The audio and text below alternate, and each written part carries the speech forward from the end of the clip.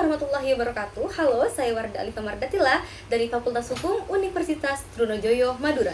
Di sini saya akan menjelaskan jawaban dari soal UTS Hukum Tata Negara yang diberikan oleh dosen pengampu Ibu Ida SHMH. Oke, kita mulai dari jawaban nomor 1. Menurut pendapat saya, meskipun Indonesia telah memiliki fondasi hukum dan institusional untuk mewujudkan unsur-unsur negara demokrasi menurut Bagirmanan, akan tetapi implementasinya masihlah sangat jauh dari kata sempurna. Berbagai tantangan seperti praktik politik uang, polarisasi informasi, potensi kecurangan pemilu, dan dominasi oligarki masihlah menjadi PR besar yang hingga saat ini belum bisa dipecahkan. Secara teoritis, 3 unsur-unsur negara demokrasi yang disebutkan oleh Bagirmanan tersebut dapat saya simpulkan. Yang pertama, adanya kesempatan untuk dipilih untuk menduduki jabatan tertentu. Nah, ini maksudnya adalah merupakan fondasi penting dalam demokrasi yang menjamin setiap warga negara yang memenuhi syarat memiliki hak untuk dapat dipilih dan menduduki jabatan publik tertentu. Yang kedua, terdapat berbagai sumber informasi. Keberagaman sumber informasi adalah pilar penting bagi setiap masyarakat yang terinformasi dan juga mampu membuat pilihan yang rasional. Media yang bebas dan pluralistik memungkinkan warga negara mendapatkan berbagai perspektif tertentu. Nah, yang ketiga, adanya pemilihan yang bebas dan jujur. Maksudnya adalah pemilihan yang bebas dari paksaan dan manipulasi serta dilaksanakan dengan jujur dan transparan. Hal ini adalah mekanisme utama dalam demokrasi untuk menyalurkan kehendak dari rakyat dan membentuk pemerintahan yang lebih legitim. Atau dalam konteks Indonesia, meskipun kita memiliki kerangka hukum dan institusi yang mendukung, akan tapi unsur-unsur tersebut implementasinya masih menghadapi berbagai tantangan dan belum terselesaikan hingga saat ini. Berikut adalah bukti dan dasar hukumnya. Mari kita telaah masing-masing dari unsur-unsur yang kita sebutkan tadi. Yang pertama, adanya kesempatan untuk dipilih untuk menduduki jabatan tertentu. Buktinya adalah ada pada Undang-Undang Dasar Negara Republik Indonesia tahun 1945 secara implisit mengatur hak warga negara untuk dipilih dan memilih dalam pasal 28D ayat 3 yang menyatakan setiap warga negara berhak memperoleh kesempatan yang sama dalam pemerintahan. Yang kedua, Undang-Undang tentang Pemilihan Umum atau UU Pemilu yang mengatur persyaratan dan mekanisme bagi warga negara untuk mencalonkan diri dalam berbagai tingkatan jabatan publik, mulai dari presiden, terus anggota legislatif, hingga pada kepala daerah. Yang ketiga, partai politik sebagai wadah bagi warga negara untuk berorganisasi dan mengajukan calon dalam pemilihan umum juga dijamin keberadaannya oleh undang-undang itu sendiri. Nah, tentunya hal ini tidak lewat dari tantangan ya guys. Jadi, tantangannya adalah praktik politik atau money politik yang masih menjadi isu serius yang dapat membatasi kesempatan bagi kandidat yang tidak memiliki sumber daya finansial yang besar. Terus adanya oligarki atau kelompok elit tertentu yang mendominasi proses politik dan dapat menghambat munculnya pemimpin yang alternatif dari berbagai lapisan masyarakat. Selanjutnya ada diskriminasi berdasarkan suku, agama, ras, atau latar belakang sosial lainnya yang meskipun dilarang masih dapat mempengaruhi kesempatan seseorang untuk dapat dipilih. Baik, lanjut pada poin kedua. Terdapat berbagai sumber informasi.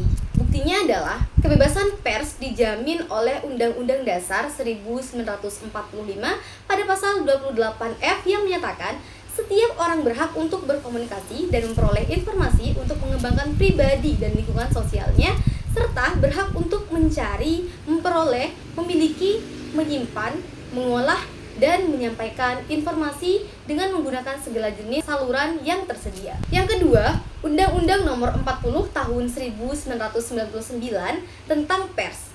Isinya adalah menjamin kemerdekaan pers dan melarang adanya sensor atau pemberedelan. Indonesia sudah memiliki landscape media yang beragam, termasuk media cetak elektronik yang biasa kita kenal dengan televisi dan juga radio, dan juga media online atau daring.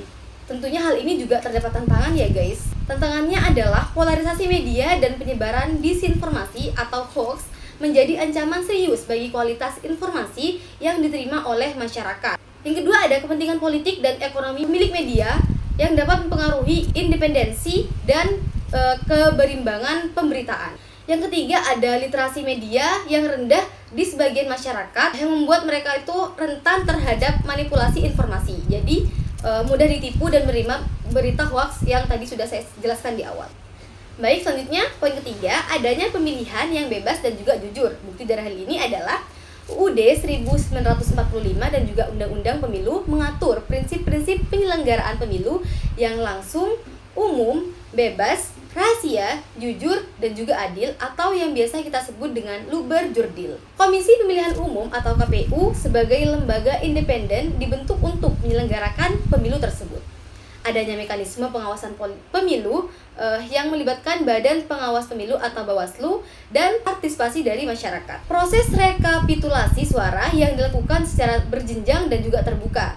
Nah, pastinya dalam hal ini juga terdapat tantangan yang mana diantaranya adalah potensi kecurangan dan pelanggaran pemilu masih ada hingga saat ini, mulai dari praktik politik uang atau money politik, intimidasi pemilih, dan juga manipulasi suara. Selanjutnya ada netralitas. Penyelenggara pemilu dan aparat keamanan seringkali dipertanyakan oleh masyarakat. Selanjutnya, tingkat partisipasi pemilih yang tidak selalu tinggi menunjukkan adanya potensi apatisme atau kurangnya kepercayaan terhadap proses pemilu atau pemilihan umum. Nah, kesimpulan dari pembahasan nomor 1 ini adalah untuk memperkuat demokrasi di Indonesia ini diperlukan upaya berkelanjutan untuk menegakkan hukum secara konsisten, meningkatkan literasi politik dan media masyarakat, juga memperkuat independensi lembaga-lembaga dalam demokrasi, serta menunjukkan budaya politik yang partisipatif dan juga bertanggung jawab. Nah, dengan adanya hal-hal tersebut, cita-cita negara demokrasi yang sesungguhnya dapat terwujud di negara Indonesia ini. Oke, selanjutnya pada pembahasan soal nomor 2, yaitu proses pemberhentian presiden dan atau wakil presiden berdasarkan UUD NRI tahun 1945 yang diatur secara ketat dan merupakan mekanisme check and balance. Nah, proses pemberhentian presiden serta wakil presiden ini beberapa usulan. Yang pertama, usulan DPR, yaitu proses pemberhentian dapat dimulai jika Dewan Perwakilan Rakyat atau DPR mengajukan usul pemberhentian presiden dan atau wakil presiden kepada Majelis Permusyawaratan Rakyat atau MPR. Nah, usul ini harus didasarkan pada dugaan telah terjadi pelanggaran hukum yang berupa pengkhianatan terhadap negara. Contohnya itu korupsi, bisa penyuapan, tindak pidana, atau hal berat lainnya yang merupakan perbuatan tercela dan atau tidak lagi memenuhi syarat sebagai presiden dan wakil presiden. Hal ini tercantum pada dasar hukum pasal 7B ayat 1 UUD 1945.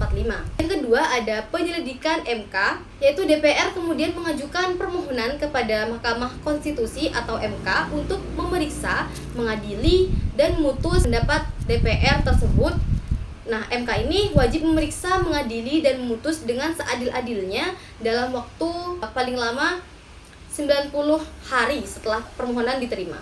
Nah, hal ini tercantum dalam pasal 7B ayat 2 dan ayat 3 UUD 1945.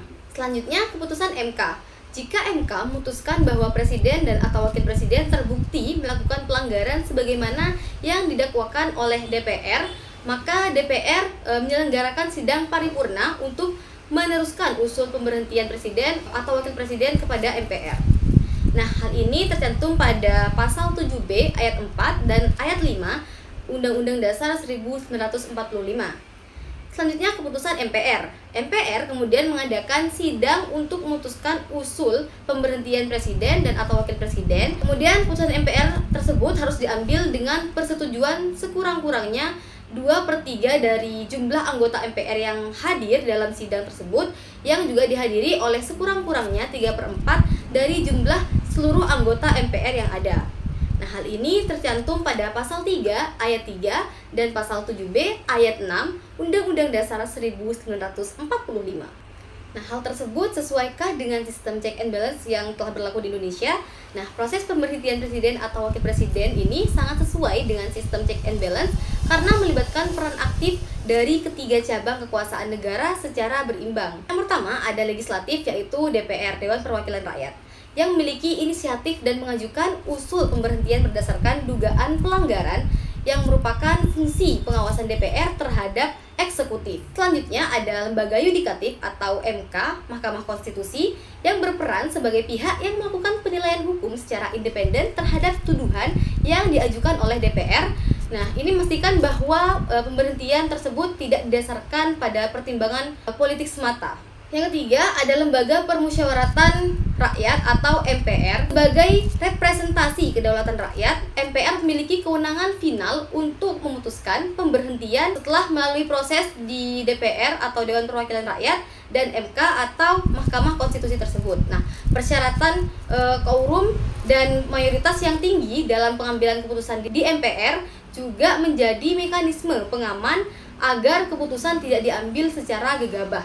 Dengan demikian, Undang-Undang Dasar 1945 mengatur proses pemberhentian presiden dan atau wakil presiden dengan mekanisme yang berlapis dan melibatkan berbagai lembaga negara sehingga tercipta check and balance yang kuat untuk mencegah adanya penyalahgunaan kekuasaan dan menjamin adanya stabilitas negara yang berdasarkan hukum yang ada. Baiklah, kita sampai pada pembahasan soal nomor 3 tentang nilai kesamaan dan kebebasan dalam hak asasi manusia atau HAM. Nilai kesamaan atau equality dalam HAM mengandung arti bahwa setiap manusia dilahirkan setara dalam martabat dan juga haknya. Nah, prinsip ini menekankan bahwa tidak boleh ada diskriminasi atau perlakuan yang berbeda antar individu atau kelompok berdasarkan atribut-atribut tertentu seperti halnya ras, warna kulit, jenis kelamin, agama, bahasa, asal kebangsaan, atau sosial, kekayaan, kelahiran, atau status lainnya. Inti dari nilai kesamaan adalah pengakuan bahwa setiap manusia itu memiliki nilai intrinsik yang sama hanya karena ia adalah seorang manusia. Oleh karena itu, setiap orang itu berhak atas perlindungan dan juga pengakuan yang sama di hadapan hukum, serta memiliki kesempatan yang sama pula untuk menikmati hak-haknya.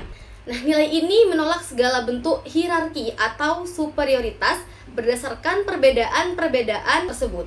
Selanjutnya adalah nilai kebebasan atau liberty atau freedom. Nilai kebebasan dalam HAM mengakui bahwa setiap manusia memiliki hak untuk menentukan pilihannya dan bertindak sesuai dengan keyakinan dan juga keinginannya.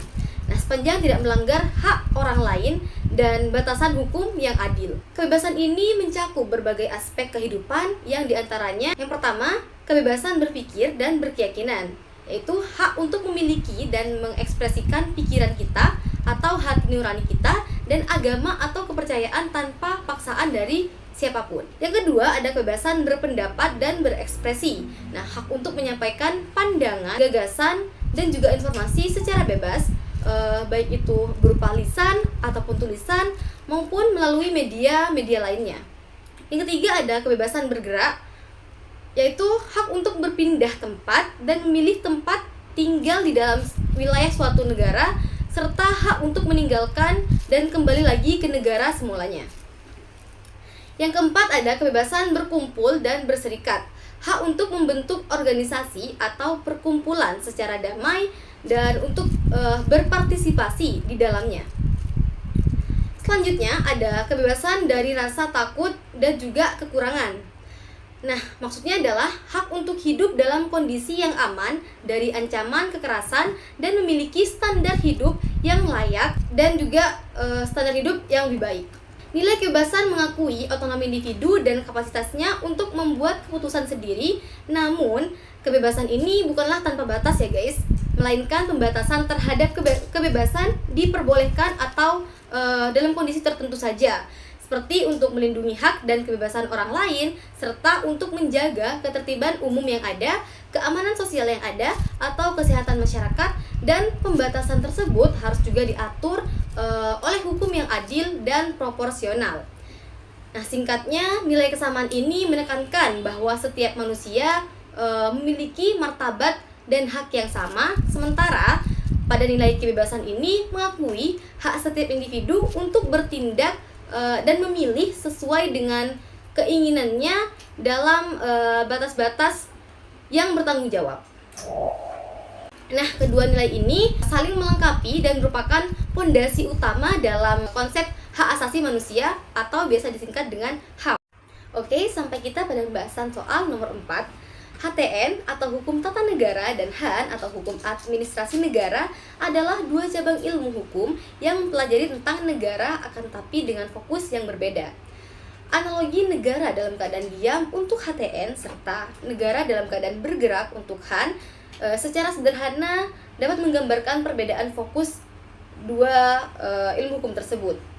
HTN mempelajari negara dalam keadaan diam atau state in rest, fokus pada struktur dan organisasi dasar negaranya. HTN lebih menitik beratkan pada aspek fundamental dan juga statis dari sebuah negara. Ini termasuk pada pembentukan negara, yaitu bagaimana negara itu berdiri dan juga unsur-unsur pembentuknya seperti wilayah, rakyat, dan juga pemerintahannya. Yang kedua, struktur ketatanegaraannya. Bagaimana kekuasaan negara diorganisasikan. Pemisahan kekuasaan seperti legislatif, eksekutif, dan juga yudikatif merupakan lembaga-lembaga negara utama serta kedudukannya. Selanjutnya adalah fungsi-fungsi dasar negara, yaitu tujuan dan tugas pokok negara secara umum dan juga konstitusi, undang-undang dasar sebagai landasan tertinggi yang mengatur organisasi negara dan hak-hak warga negaranya. Selanjutnya adalah pembagian kekuasaan, yaitu antara pusat dan juga daerah jika negara kesatuan atau federasi, itu dibedakan. Selanjutnya ada hak asasi manusia dalam konteks konstitusi. Nah, analogi diam ini menggambarkan fokus pada kerangka dasarnya, fondasi dan juga tatanan yang relatif permanen dari sebuah negara. Hukum tata negara atau HTN ini melihat negara sebagai sebuah bangunan dengan struktur yang jelas sebelum aktivitas di dalamnya terjadi. Sedangkan HAN mempelajari negara dalam keadaan bergerak atau biasa disebut dengan state in beweging. Selanjutnya adalah HAN mempelajari negara dalam keadaan bergerak atau state in beweging. Nah, fokus pada fungsi dan kegiatan pemerintahannya, HAN lebih berfokus pada aspek dinamis dan operasional dari suatu negara tersebut, yaitu bagaimana negara itu menjalankan fungsinya melalui administrasi negara ataupun pemerintahan. Nah, hal ini termasuk kegiatan administrasi negara, yaitu proses penyelenggaraan pemerintahan sehari-hari, wewenang dan tanggung jawab organ-organ pemerintahan dalam menjalankan tugasnya, hubungan hukum antara pemerintah dengan warga negaranya. Selanjutnya, peraturan perundang-undangan di bidang administrasi selain konstitusi. Selanjutnya ada tindakan-tindakan pemerintah atau basicking, fair ordening, dan lain sebagainya. Selanjutnya ada pelayanan publik dan juga pengawasan dan pertanggungjawaban administrasi negara. Yang terakhir ada hukum acara peradilan tata usaha negara. Analogi bergerak menggambarkan fokus pada aktivitas nyata yang dilakukan oleh aparatur negara dalam melaksanakan hukum dan juga memberikan pelayanan kepada masyarakat. Nah, HAN atau Hukum Administrasi Negara ini melihat negara sebagai sebuah organisasi yang aktif bekerja dan berinteraksi dengan lingkungannya. Dapat ditarik kesimpulan dari penjelasan di atas bahwa perbedaan antara HTN dan juga HAN terletak pada fokus kajiannya. HTN melihat negara sebagai sebuah entitas statis dengan struktur dan prinsip-prinsip dasarnya, sedangkan pada HAN melihat negara sebagai entitas dinamis yang aktif menjalankan fungsi pemerintahannya. Nah, keduanya ini saling terkait dan juga saling melengkapi karena struktur negara yang dipelajari dalam HTN menjadi kerangka kerja bagi aktivitas pemerintahan yang dipelajari dalam HAN. Tanpa struktur yang jelas, maka kegiatan pemerintahan tidak akan terarah, dan juga tanpa kegiatan pemerintahan yang jelas, maka struktur negara akan terasa abstrak dan tidak akan berfungsi dengan baik.